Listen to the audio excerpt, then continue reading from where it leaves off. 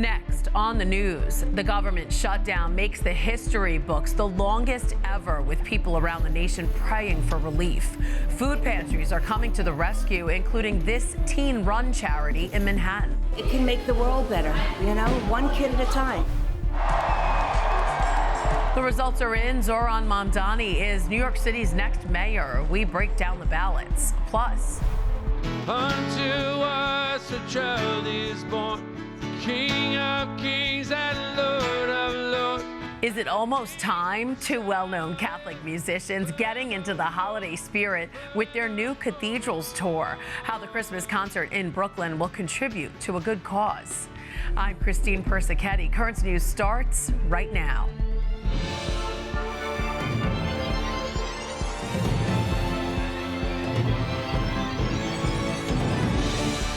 It has now become the longest in history. The government shutdown entering its 36th day on Wednesday. And among the ripple effects of this record-breaking streak include the expiration of the benefits from the Supplemental Nutrition Assistance Program, or SNAP, which helps feed nearly 42 million Americans. Food pantries across New York are stepping up to help. Organizations like Catholic Charities Brooklyn and Queens opening their doors for SNAP recipients who are struggling to come up with their next meal. People of faith say it's part of their mission to help the poor and the hungry.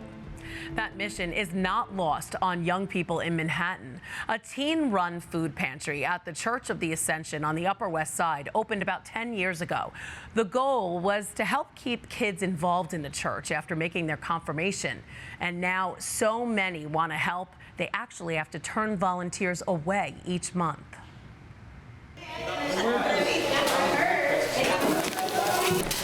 At Ascension Catholic Church in Manhattan, service isn't just something these teens have to do.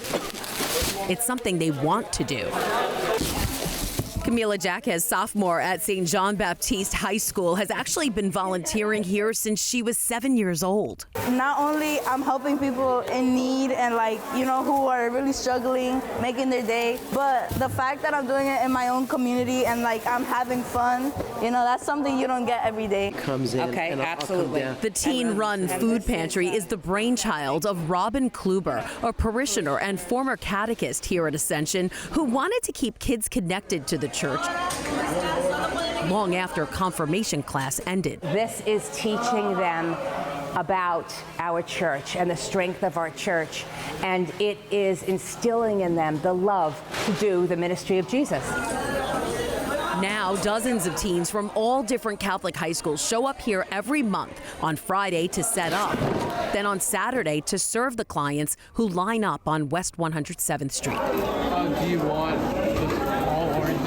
Like Kevin, a senior at Regis High School who also happens to be the sacristan here at Ascension. It's not all the time we're constantly packing and doing work. It's more about building the community that we have within our parish. And that is one important aspect of what keeps me coming back here. He says what makes this place special is the people, both those serving and those being served. It's through those conversations that you basically get to understand a person. Seeing their smiles just makes me feel so much better because I feel like I'm actually helping someone. Thank you. For clients like Veronica Williams, who comes here for some much-needed groceries, the kids' kindness makes a big difference. They're kind and respectful, and I tell them thank you, and they look like they're happy with what they're doing.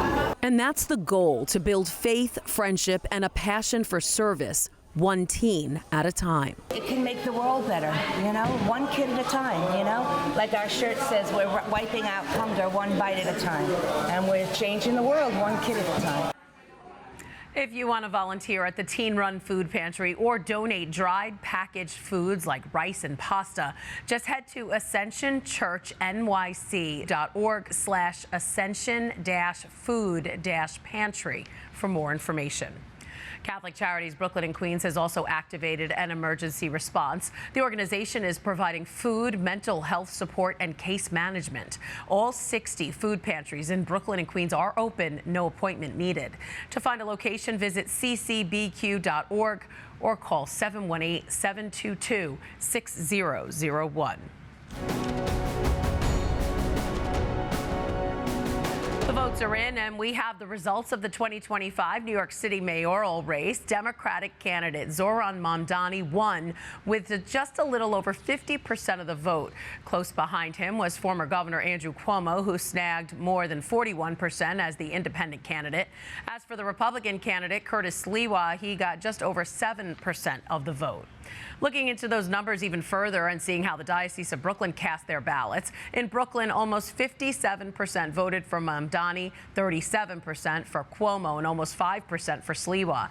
In Queens, it was a tighter race with 47% voting for Mamdani, 42% for Cuomo, and almost 10% for Sliwa.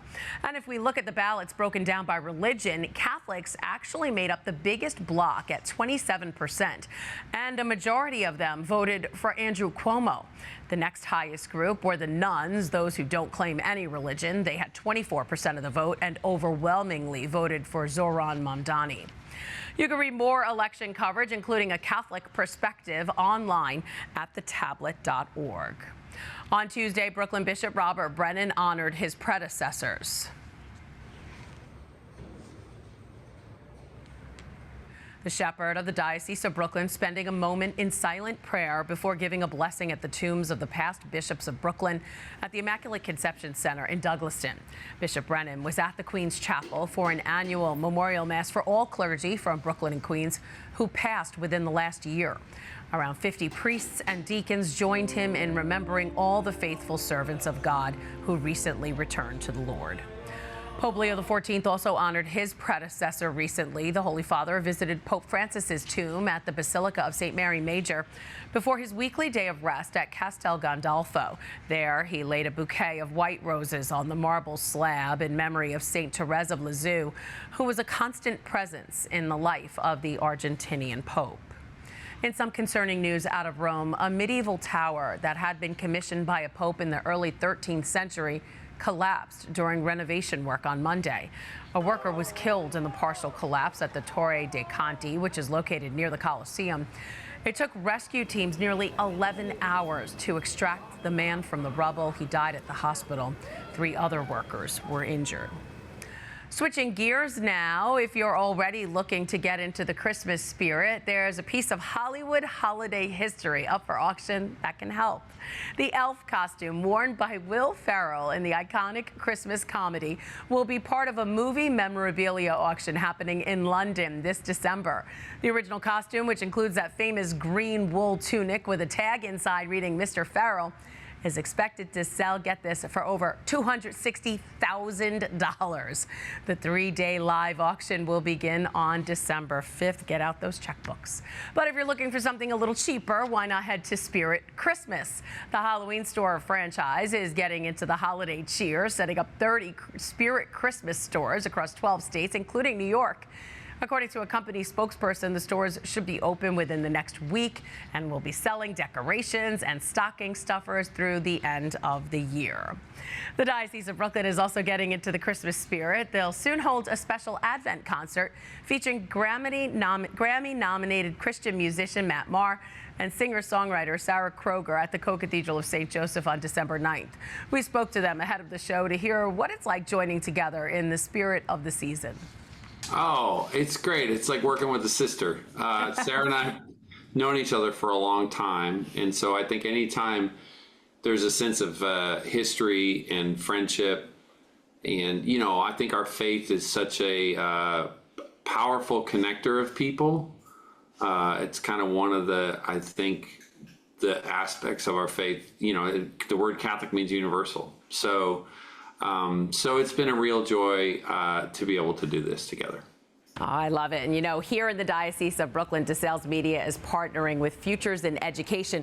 So all of the proceeds from your concert give children in need the gift of a Catholic education. So, Sarah, tell me, how does it feel to know your performance will have a lasting impact for people in this diocese long after the concert ends?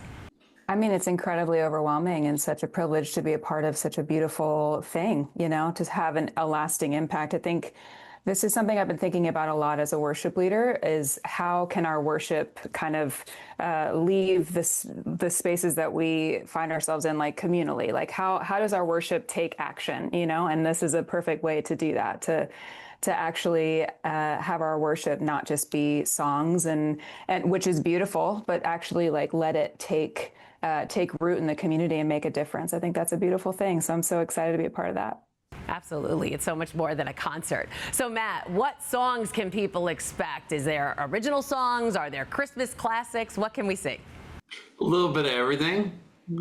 It's like it's a Christmas grab bag or a stocking stuffer, if you will.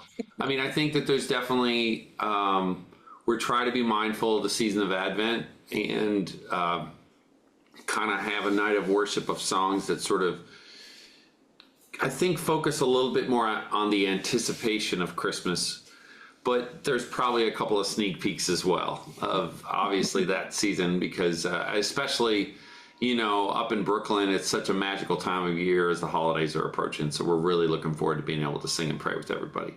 Oh, yes, of course it is. And one more plug, Sarah. Why should our viewers get tickets to this concert? Oh, man, because it's a really special, beautiful night. To be in a space like the cathedral is historic. It connects you to a history of believers in a way that I think other venues maybe don't. The history of that space, the beauty of that space, the opportunity to come together in a season of anticipation and to prepare our hearts in this way for celebrating the coming of Christ is, to me, it's like there's nothing like it. So you do not want to miss it. It wouldn't be the same without you there. That was Matt Maher and Sarah Kroger. Once again, their Cathedrals tour will be coming to the Co-Cathedral of St. Joseph. That's at 856 Pacific Street in Brooklyn at 7 p.m. on Tuesday, December 9th. It's easy to get tickets. Just take out your phone right now and scan this QR code. That'll bring you right to the ticket page. Or you can go to concert.dobq.org. And that is this Currents News Update. I'm Christine Persichetti. Thank you for joining us because we are putting your faith in the news. Hope to see you again next time.